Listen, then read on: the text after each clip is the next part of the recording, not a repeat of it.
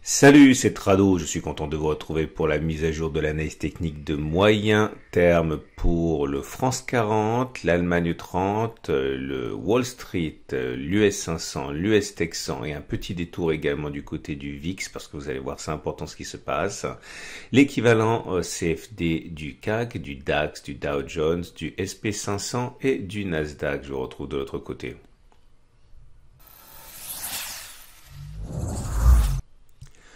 On va donc commencer, une fois n'est pas coutume, par les plus porteurs, les plus dynamiques des indices, et pas forcément par le France 40 et l'US 500, donc l'équivalent du SP 500, est bien orienté. Vous le voyez en moyenne, en unité hebdomadaire.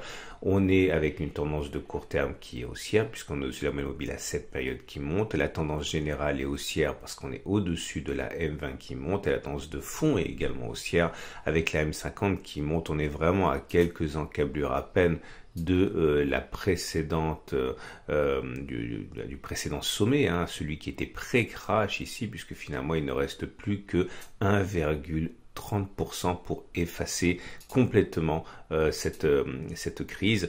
Bon, est-ce qu'on va le faire ou pas? On ne peut pas le savoir, mais en tout cas, ça semble déjà un lointain souvenir pour l'instant. La prochaine résistance, vous l'aurez compris, elle est sur ces niveaux, hein, 3388, 3395. Il semble difficile d'envisager que le passage se fasse sans aucun encombre, et les vendeurs, soyons-en sûrs, sont massés sur cette zone. Ce qui est classique, mais ce n'est pas pour ça que ça va se produire de cette manière, hein, c'est d'avoir un petit excès haussier pour nettoyer et forcer les vendeurs à se racheter, et après effectivement on peut avoir ce qu'on veut. Mais en tout cas, il est rare que l'on s'arrête juste sur la résistance. On passe à l'indice suivant, autrement dit le Wall Street, l'équivalent du Dow Jones, et on est dans une situation qui est sensiblement équivalente en ce sens que la tendance est bonne. On est au-dessus de la moyenne mobile à 7 semaines qui monte, au-dessus de la moyenne mobile à 20 semaines qui monte, et la tendance de fond avec la moyenne mobile à 50 tend également à s'améliorer avec une courbe qui commence à monter. On est au contact d'une résistance importante, ici les 27 340, 28 000, c'était une zone de support qui a été cassée, qui a donc changé de polarité en devenant résistance, et vous voyez c'est très très clair sur l'échec du 8 juin, on y reviendra plus tard sur cet échec du 8 juin, retenez la date. Et là, on va voir ce qui va se passer sur la bougie du jour. Mais encore une fois, lorsque la tendance est haussière, contrairement à ce qui s'est passé le 8 juin, généralement, il y a plus de chances de casser une résistance que quand la tendance n'est pas haussière. Regardez maintenant le DAX, qui est un marché directeur en Europe, et voilà où on en est avec là aussi toujours le même schéma, une tendance de court terme qui est haussière, on est sur la moyenne mobile à 7 semaines qui monte, une tendance de fond qui est haussière, qui commence à être haussière avec la M50 qui monte, et la tendance générale qui est haussière avec la M20 qui monte. Là aussi on est en échec sur une résistance, c'est les 12,9 1370 qui était un support, qui a été cassé, qui a changé de polarité, qui est devenu résistance. C'est très clair sur ces deux attaques qui ont failli.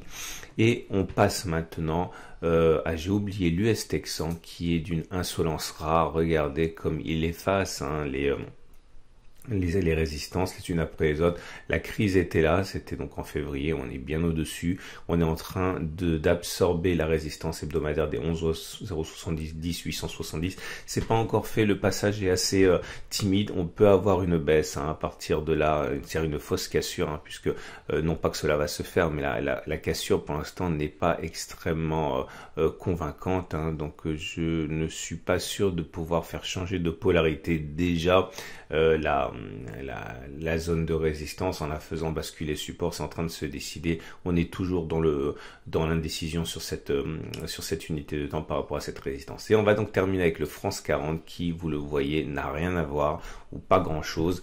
On retrouve effectivement la zone de résistance des 5,90, 5,345 qui était support, qui a été cassé, qui est devenu résistance. On le voit très clairement, mais par contre la tendance de court terme est neutre, vous le voyez, la M7 est plate, la tendance de fond est toujours baissière, on est en dessous de la M50 qui descend, seule la tendance générale commence à basculer en terrain positif puisqu'on est au-dessus d'une M20 qui monte.